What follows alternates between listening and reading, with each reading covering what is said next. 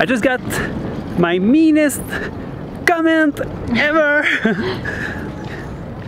Can you read it?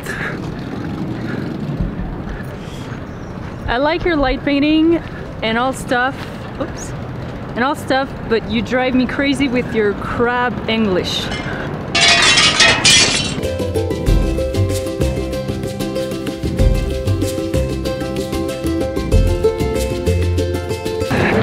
Okay, and I have higher tolerances for accent, but yours is just horrible. I'm so sorry. Can you read my answer? Well, thanks, man. You just won the meanest comment I've ever got lifetime. To reward you, I'm going to send you a gift. I'll send you a free audiobook. You're going to like it. I know I'm bad, but... So, here we are in Uyuni. We arrived yesterday. And we were supposed to be, today we were supposed to be already in the salt flat, but unfortunately for us, like, the plans have changed drastically. Well, it's been pouring rain for the past like 2 or 3 weeks here in Bolivia, so the salt flats is basically a lake. So there's 50 centimeters of water at the entrance, and so the cars can't hardly get in, I mean. And the place where we were supposed to sleep tonight and the following, it's a small village, and we can't access it through the salar because there's too much water, and we can't access it through the road because part of the road has been destroyed by the rain.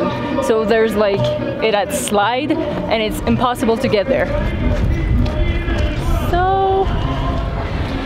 So as we have to stay here, like, we're stuck for at least 2 days more in the village here in Uyuni, and we decided to walk to the train cemetery to see what we can find over there. Going to do some tubes. It's been 2 months since we've been doing any tubes, and that was in the snow. It's gonna be a bit warmer tonight, but not that much. No. Well, the thing is, in high altitude is like, as soon as the sun is down, like the temperature changes drastically. So